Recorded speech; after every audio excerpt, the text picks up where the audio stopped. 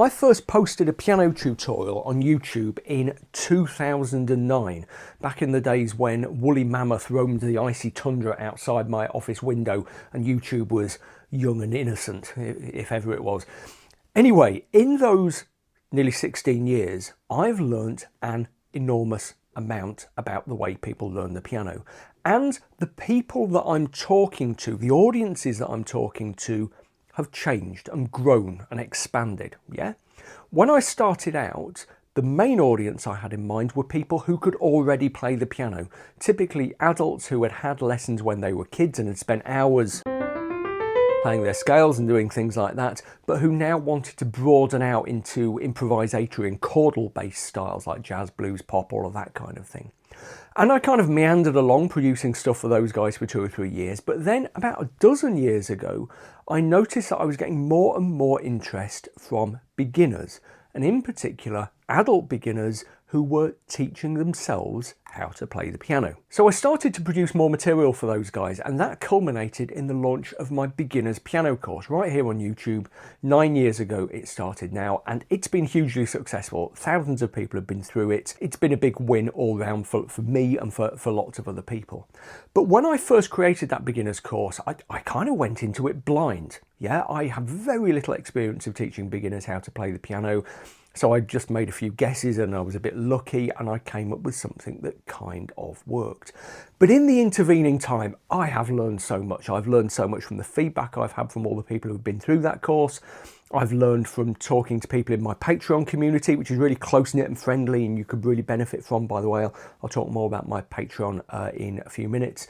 And also because in the past couple of years, I've actually started giving one-to-one lessons to 1 or 2 adult learners, okay? And again, that's been a real eye-opener. So what I want to do today is give you a bunch of practical advice. I've just scrawled a load of things down which I think are really important. And all of this is going to be focused and concrete, and I've tried to come up with things that will give you maximum impact for kind of minimum time of me blethering about it, if you see what I mean.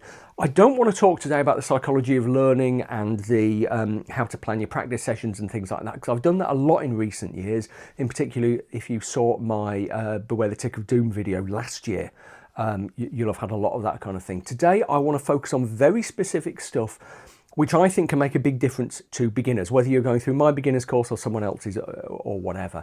It's things like counting, okay? The importance of counting, which I see a lot of beginners underestimating or not doing enough of, but which if you're having piano lessons is kind of beaten into you with a stick, okay? And that makes a big difference. So things like that. And mostly it's going to be very concrete. I have got 1 or 2 blue skies ideas that I'm kind of playing about with that I'll mention at the end. For example, I'm going to talk about how using a recorder, one of these things, or any other kind of instrument that you blow into, can make a big difference to your piano learning, yeah, really. But we'll come on to that later. Let's start off with some really, really practical things, starting, like I said, with the importance of counting. First of all, let's figure out what exactly I mean. Let's do that by looking at a piece of sheet music called Dance, massively imaginative title there, and I wrote it for lesson 8 of my beginner's course. So if you go through my beginner's course, you might find this quite familiar. And it's quite a jaunty little piece in 3/4 time in C major. Let me just play you the first couple of bars.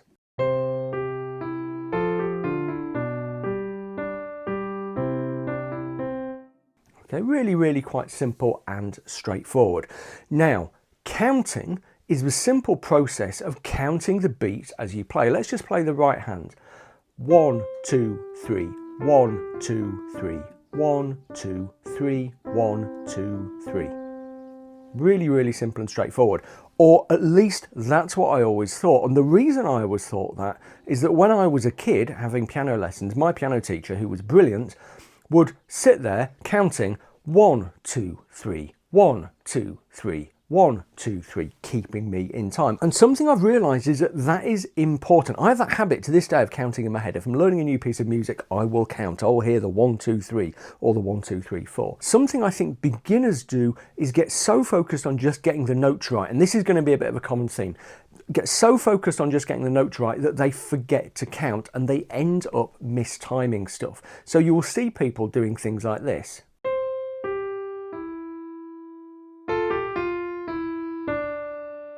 okay? And that's mistimed because the actual thing is, what has happened is that someone has found it a bit difficult to process this movement, where you've got the third on the F and the fifth on the A. And it's a little bit unnatural, a little bit counterintuitive if you're just starting out. And because of that, they've lost track of the underlying beat. Even if you know beat is important, it's easy to do that. And what happens is you practice and practice and practice without thinking about the beat, and you wind up with something that is uneven, or you have to fix the timing later, which is inefficient and slows your practice down. So many of the things we're going to be talking about today are things that make your practice less efficient because you have to go back and unpick them, okay? So try to get in the habit of counting as you play. That's not the same as using a metronome or click.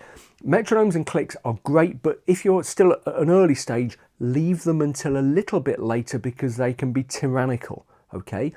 When you're counting, you don't have to count absolutely in time, but the point of counting is to keep track of where you are against where you're supposed to be in the music, okay? So even if you have to slow down, even if you have to go 1, 2, 3, 1 and 2 and 3, that is fine, okay? As long as you are counting so you know where you are on the beat. And to start with, you might find that's a little bit of cognitive overload, and this is going to be another common theme today.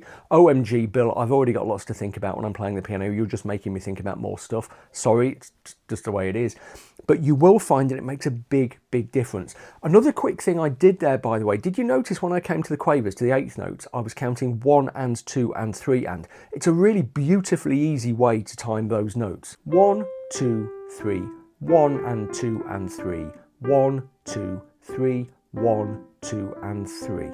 Yeah, when you get into smaller divisions, it gets more difficult, but when you've got a note which is just 50% of the beat length, like a quaver or an eighth note here, the 1 and 2 and 3 and gives you a really precise way of timing it, so give that a go. Something else that's related to that, I often say to people, remember to play the rests, okay? So if you look at the second half of this piece, from measure 9, this happens. Let me count.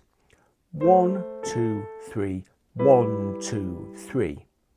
Did you see how when the rests were coming there, I was giving each of the rests its full length and coming off the piano keyboard? Again, something I've noticed beginners do is kind of truncate rests, okay? Think it's just kind of a little break, and yeah, all I have to do there is stop playing. Remember to play the rests. Give the rests their full length. So rather than going, oh, where am I going next? Oh, it's there. Great, I've done that now, on to the next bit. The rest isn't just kind of a random length pause. Think of the rest as a note and give it its full length, okay? Again, counting will help you do that massively. Second thing, expression and dynamics. Now, I harp on about this constantly, but it's so important. Whether you're playing loud or soft, staccato or legato, really matters. It matters for two reasons. First is the obvious one, which is that you're making music, so you need to put some kind of expression into it, yeah? So many people who are learning the piano treat it as a button pushing exercise. You know, I just need to press this note and this note and this note in this order, and then great, I'm done. And it's so important to remember the expression and the dynamics kind of make the musicality, okay? So it's that stuff which actually makes it music, and in some ways it's more important to get that stuff right, to play with expression, than it is to actually, you know, play the right notes. I know that with some of you, you'll be like, no, it's all about just playing the right notes, blah, blah, blah, blah. I know what I'm doing, Bill. And I go on about it constantly. I'm like, my last breath will be, remember to play the flipping dynamics, okay? Because it's so important for the musicality. But there's another reason it's important as well. Let's just explore what that is. Here we've got another piece of music that I wrote for my beginner's piano course. It's from lesson 6. It's just called Lullaby, another super imaginative name there that I'm really pleased with. Let me just play through the first line. So it's going to be the first kind of eight bars, 8 measures.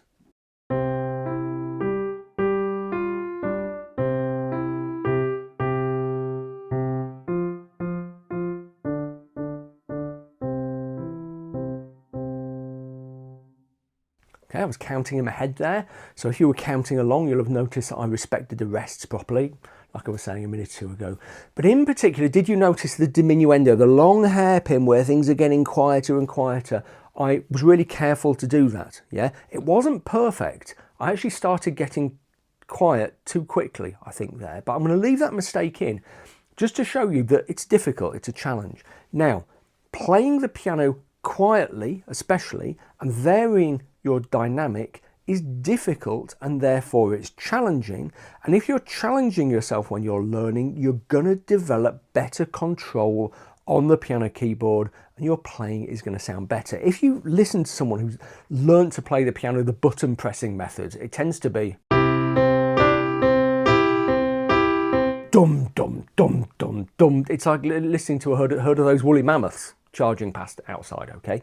Whereas somebody who has practiced with expression, with dynamics, will always sound more musical, more fluent, better to listen to. And that's because when you are playing in that way, it is really challenging your fine motor control in your fingers, okay? Because anyone can just bash a key. But if you're having to get steadily quieter, then that's training your brain, your nervous system, those very small muscles in your fingers, to make those movements in a very fine way. And that's relatively straightforward to do, as long as you do things like respecting the expression and the dynamics. And again, people having lessons have it relatively easy because they've got their piano teacher in their ear with her ruler probably saying, get quieter there.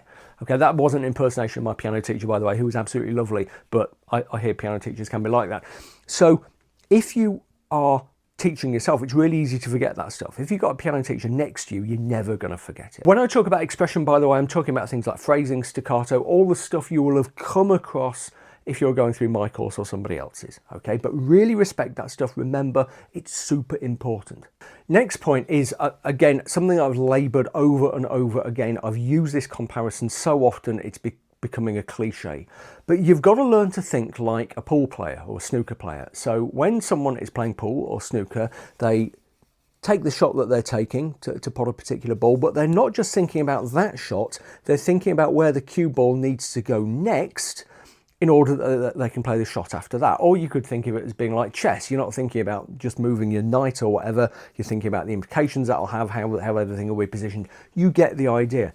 It's the same thing when you are playing the piano or making any kind of music. Don't just focus on what you're playing at the moment. Just be looking ahead a little bit and have in your mind what's coming up next. And I know this is, OMG, Bill, you're making us think about yet another thing. And yes, I know I am, but it's important, okay?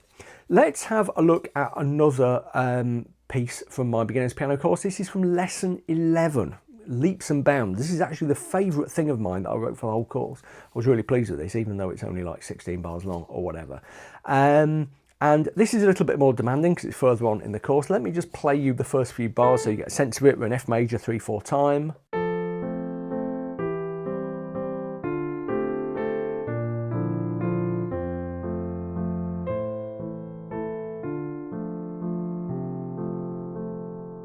So you might get an idea why it's called Leaps and Bounds. Again, imaginative title, because there's a little bit of jumping going on. So a really interesting thing happens here in measures 12 and 13 towards the end of the piece. And in measure 12, we land with our thumb on this D here, and we've got a D down here. Am I out of shot? No, I'm not out of shot. Good. And if I play measures 12 and 13, it's supposed to be something like this.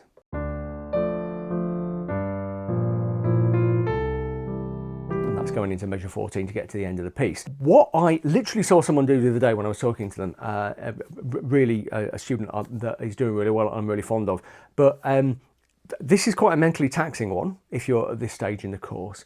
And what shall I call the guy? Let's call him Sid. There's a great name. Let's call him Sid. What Sid did was land here with his thumb and top of the crescendo, and we've got a complicated thing going on the left because he's got a big jump, and he was like, right, got there, you know, oh, what am I supposed to be doing next? Oh no, I've got to be all the way up here. Right, okay, here we go, I'm gonna go, hup. Oh, yes, got there, hooray, made it. But then the next note is this D, which is down here again. It's like, oh no, I've got to get all the way back down here again for this.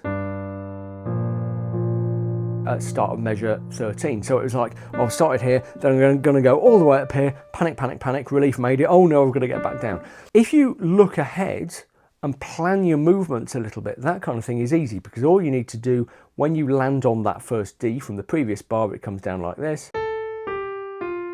Straight away, my instinct is to start opening my hand out as soon as I hit that note, okay, because I'm thinking ahead like the pool player, ready to get my fifth up here, my pinky up here to get this D, so I can go. And when I play that D, I don't sort of hyperventilate with relief. I'm not like, oh yeah, thank goodness I made it, I can have a break now. I'm keeping my thumb down here ready for the next one.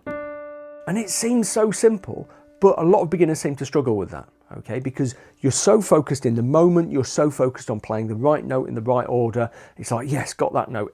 Every note is a small victory. And you've got to think a little bit more about the whole.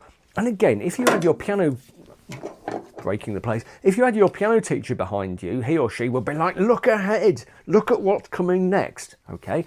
But if you're self-teaching, you don't have someone do that unless it's an imaginary version of me inside your head, which I hope you have when you're learning this stuff. A really good thing to do before you play anything for the first time is just to look through it and think, oh, what sort of interesting stuff is coming up here? Which bits might give me problems? And even if you don't solve the problem straight away, at least you know it's coming. Okay, so always, always, always try to think at least a little bit ahead. Right, it's getting pretty stuffy in the office, so I've just popped out for a minute or two for a walk and some fresh air. While I'm out here, I might as well tell you about my Patreon community over at patreon.com/Bill Hilton. If you're a beginning piano player or an intermediate player, and certainly if you are following my beginner's piano course, you're going to find signing up to support me on Patreon really, really, really useful. It doesn't cost very much and you get loads of great benefits. You get access to my exercises, inventions and ideas series of posts, been super popular with my supporters on Patreon. You get complimentary copies of my piano packs. Plus access to all of the exclusive content that I post on Patreon. I usually post a couple of times a week. There's exclusive tutorials, there's articles, there's mini podcasts, all by me.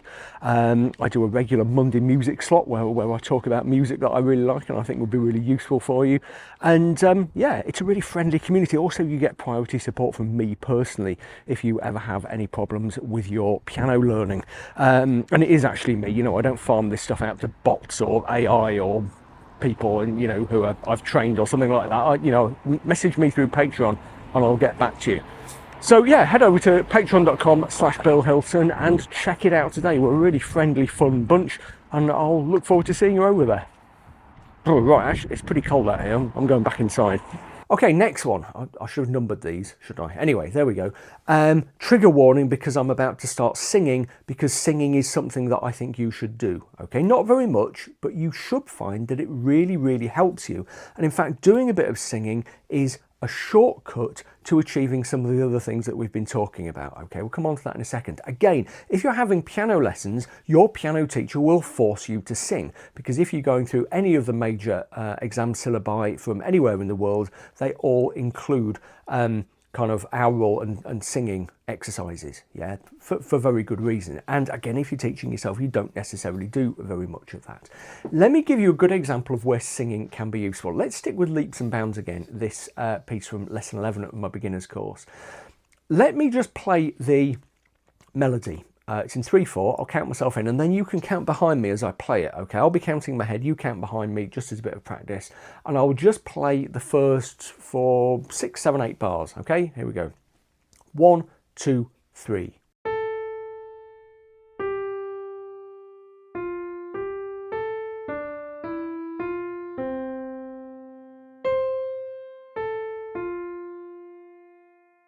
Now, I've deliberately played that without much in the way of dynamics, and I've also done some of the classic stuff that beginners do, which is to thump down with my thumb.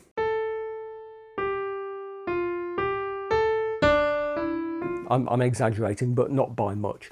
Now, a really good way to get that line musical, believe it or not, is to sing it.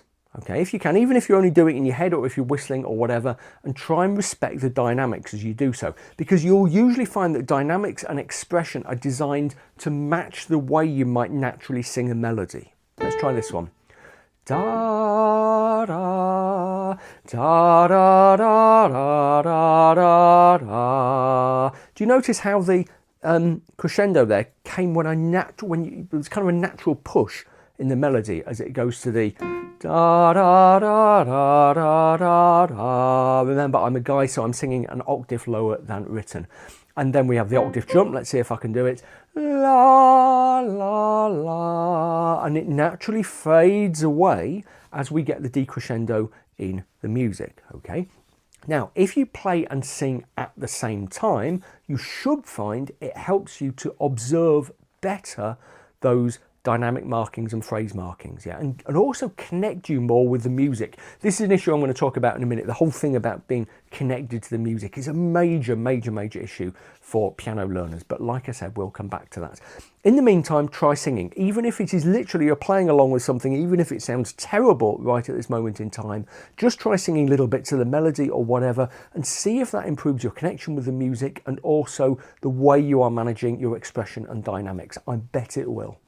Next up, let's just talk for a couple of minutes about scales, which everyone is supposed to hate. I don't hate them, I find them quite enjoyable, maybe I'm weird, but which are super good for you, especially if you're a beginner. Again, this is something that doesn't get explained, but it is such a deep truth it's worth explaining. Scales do all sorts of things, but when you're starting out, they help to even up the strength and control across all the fingers of both hands. So naturally, what you've evolved to have is quite strong 1 and 2. Remember, as piano players, we number our fingers outwards from the thumb. 1, 2, 3, 4, 5. You evolved to have quite strong 1 and 2. So, you know, you can pick fruits from high branches and open cans of beer and things like that. And relatively weaker 3, 4, and 5. That's no good to us if we're playing the piano. We need equal strength, by which I mean kind of strength. I don't mean actual kind of, I could crush a grape type strength. I mean kind of control, ability in each finger, okay? And scales really help us to even that out. They help us do a bunch of other things as well, like learn stuff in different keys, to play evenly, legato, things like that. But in the early stages, the thing that scales are really good at is evening up the control across your fingers, okay? And getting your hands working together, actually. So in my beginner's course, there are a whole bunch of scales, as you'll know if you're doing a beginner's course, or in anyone's beginner's course, there are going to be scales, probably, or there ought to be. But something I have learned is that people often do well if you teach them quite a quick and dirty hack for their first few scales. One weird old trick, okay? And this works for quite a few major scales. It works for C, G, D, A and E majors. It doesn't quite work for F, but that's a question for another day. Also for some minors. So it works for A harmonic minor, E harmonic minor, I think G and C harmonic minors, so I'd need to think more carefully about that. Anyway, a whole bunch of the scales that you will do in the early days, this works for. Let me go through it really quickly. I've got a whole tutorial on scales, by the way, that I did pretty recently. I'll put a link to that in the description text below. But very basically, the trick is focus on your thumbs. In the right hand, with those scales that I've mentioned, aim to land your thumb on the first note and the fourth note of each scale, going up and down. So in C major, the first note and the fourth note, right hand is C and F.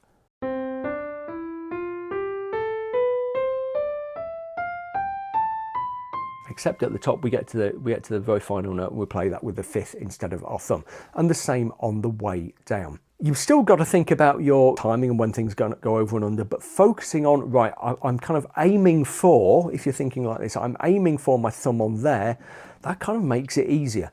Left hand is the same or very similar, but thumb on first and fifth. So in the scale of C, that's the first note of the scale is C and fifth note of the scale is G. So just a whole step, a whole tone higher than the equivalent note in the right that we're putting our thumb on. So again, just focus on getting your thumbs on the first and the fifth notes. The exception here is at the bottom rather than at the top, we start on our fifth, but otherwise thumbs on G's and C's and aim for those G's and C's. Here we go.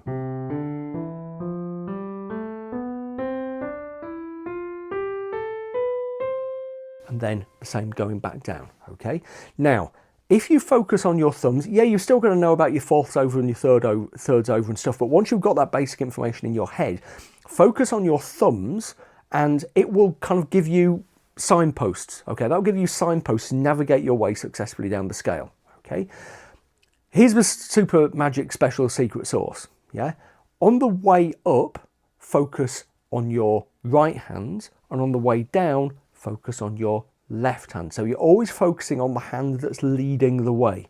Okay, so C major, this is assuming that you're playing scales with two hands. If you're playing hands separately, this isn't an issue, but if you are playing hands together, right hand focus on the way up, left hand focus on the way down, focus on your thumbs. And that is going to give you the best possible chance of getting up and down securely. None of that, being able to do that, doesn't mean that you're brilliant at playing scales, okay? Because the whole point of playing scales is to get them smooth and even and musical, okay? That's really, really, really important. But what that trick will help you do is just to kind of get the basic mechanics right, if you see what I mean. Next one is something I find myself saying very regularly. It is so simple. Make the most of what you've got. Okay, so people often get in touch with me saying, Bill, I want to do your beginner's piano course, but I've only got a 61 key keyboard and there's no sustain pedal and it's not touch sensitive.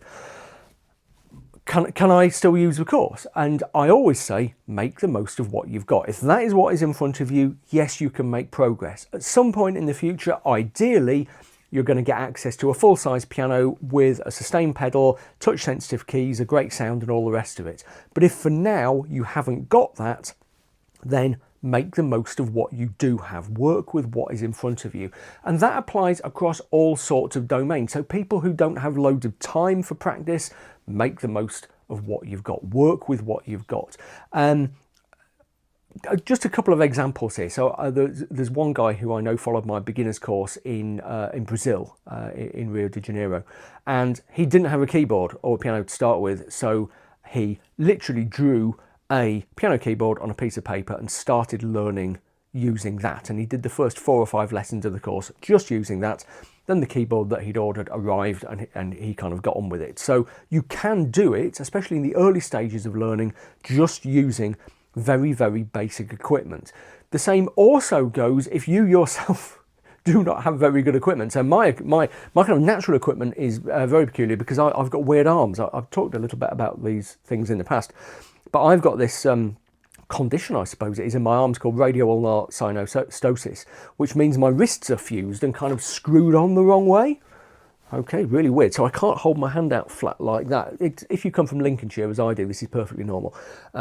Anyway, and that has caused me some problems over the years. So first of all, I look a bit silly when I play because I hold my elbows a bit higher than is natural. That's not a big deal, but it means legato is harder for me. It's one of the reasons I started playing improvisatory stuff, because getting a good classical sound was a bit more difficult for me. But I worked with what I've got, and I'm not even an extreme case. My friend Victor McConnell over in California has got one arm and plays the piano. I'll put a link to his stuff down below. He plays piano with his right hand and he plays the bass notes with his foot. I can't even get my... Oh, I've hurt myself.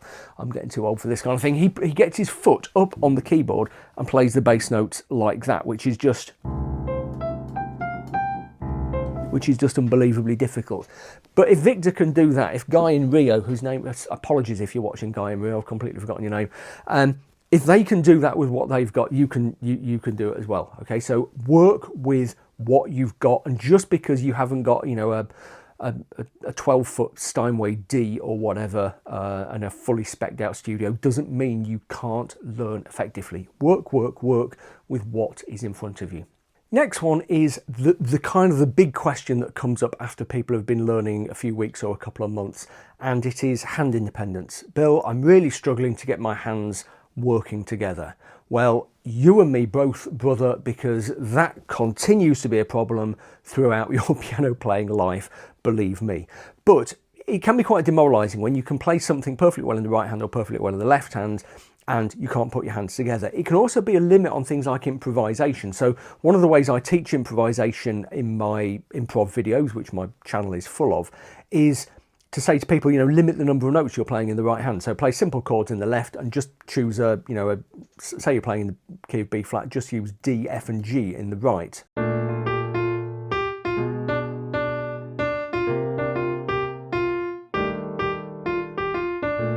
It's a really simple, really standard way of teaching improvisation, but unless you've got strong hand independence, it's often difficult to move out from that point.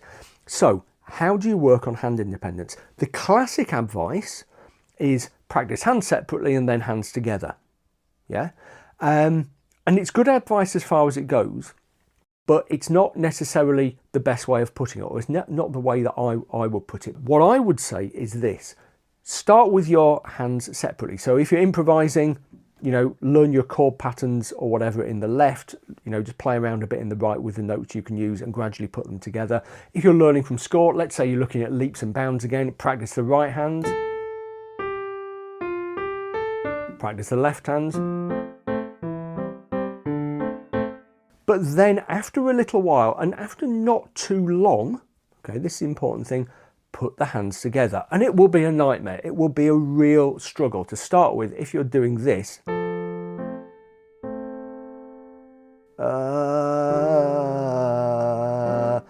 Where am I going? You know, if it's really breaking your brain, fine. In fact, that is good, because it's when you really challenge yourself like that, as you should know by now if you've watched lots of my videos, that's when you make progress. But after a little while of doing that, go back to separate hands. Okay, so you could almost kind of alternate it.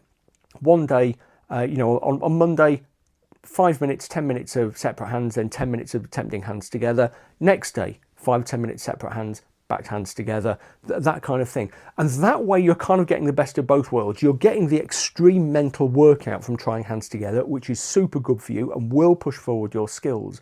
But you're also reinforcing the knowledge of what's going on in each hand, okay?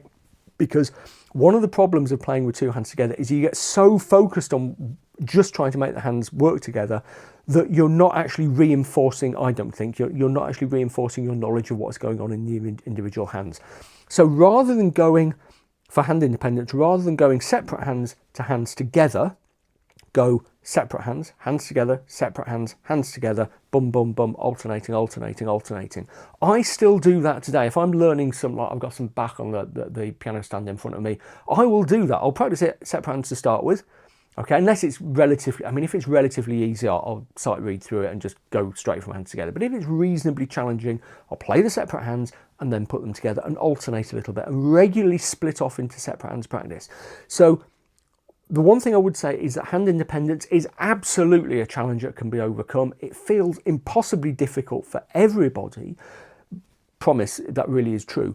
But if you use that strategy, if you alternate separate hands, hands together, separate hands, hands together, you will find you can conquer more or less any challenge, as long as it's something that's kind of within your pay grade, as it were. So if you're struggling, use that technique and it should help. Right, last one, and it is the recorder. This is quite a new idea I've had. I'm sure it's not original to me. I'm sure lots of people have had it in the past. But I was thinking about it the other day when I was helping our eldest son with his music practice. Now, he started off on the piano a couple of years ago, not having lessons with me. It's never a particularly good idea to teach your own kids, at least I don't think so, unless you're Leopold Mozart. He's having lessons with someone else, and he's doing pretty well, but he's coming across all the standard challenges, okay? And just recently, he started playing the trumpet, and all of a sudden that has made a big difference to his overall ability, both obviously on the trumpet, but on the piano as well. And the reason is, when you play the trumpet, or pretty much any instrument that you have to blow in, you have to be in touch with the music. If a note lasts for 4 beats, you have to hold it for all 4 beats. You can't just press it and you know, just remember to bring it off at the right time. In particular on brass, you have to listen to what you're doing, because there are only a fixed number of valve positions or slide positions or whatever. So there'll be one valve position which is the same for C, and then G, and then the C above that, and then E. So you have to blow, you have to adjust your embouchure, your lips, to blow to the right note. So again, you have to be kind of in touch with the music and listening to yourself. On the piano, the classic problem is that you don't have to listen to yourself. It becomes a button pushing exercise, and because you're so focused on just pressing the right note to the right time, you can lose track of the music, and that actually slows down your progress. Not only will it be you know, the outcome be less musical, but because you're not listening to yourself, you're not giving yourself the right kind of self-feedback as you play, it's more difficult to actually make progress, to produce meaningful sounds. A piano teacher, rule again, piano teacher will always say, listen to yourself, and he or she will say, you know, do your aural exercises, do your singing exercises, because that puts you more closely in touch with the music. But if you don't have a piano teacher waving a ruler at you, I've had this ruler since I was 14, by the way. It's still got property of Boston Grammar School written on the back. I think I did enough for that place. It owes me a ruler. Anyway, now, one way you can get around that is by taking up another instrument. Yeah, I know you've got a lot on your plate already, but it doesn't have to be super complicated. And the recorder is super cheap and super simple. Okay, you can learn all the note positions in kind of an afternoon, and all you have to do is kind of blow on it, yeah?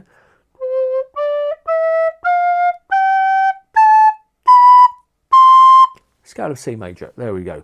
I first learned how to do that when I was 6, first instrument I ever played.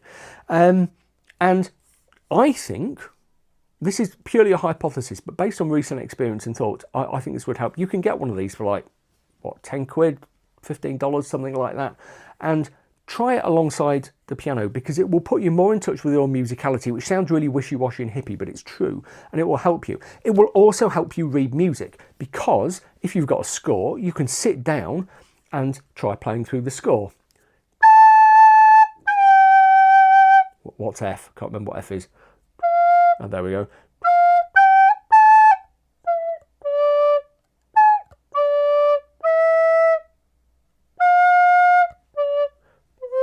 There we go. First few bars of leaps and bounds. And because you're learning it in a different way, you're coming at the same kind of thing from a different angle. It will reinforce the circuits in your brain. I'm not a neuroscientist, but this is true. It will reinforce the bits of your brain that deal with learning how to read music. And also it's a bit of variety, it's a bit of fun, it's a bit of something different. So have a go with a recorder. Like I said, they're dirt cheap, or if you've got an old trumpet or clarinet or something up in the attic, have a go and let me know how you get on with it. Okay, so hopefully some useful stuff there. If you haven't seen my beginner's piano series, by the way, I'll put a link to the playlist down below. If you're looking for something to do next, well, first of all, you could try checking out my Patreon over at patreon.com/BillHilton. Or if you want just a little bit of practical fun, you could take a look at this tutorial, which I think you'll really like.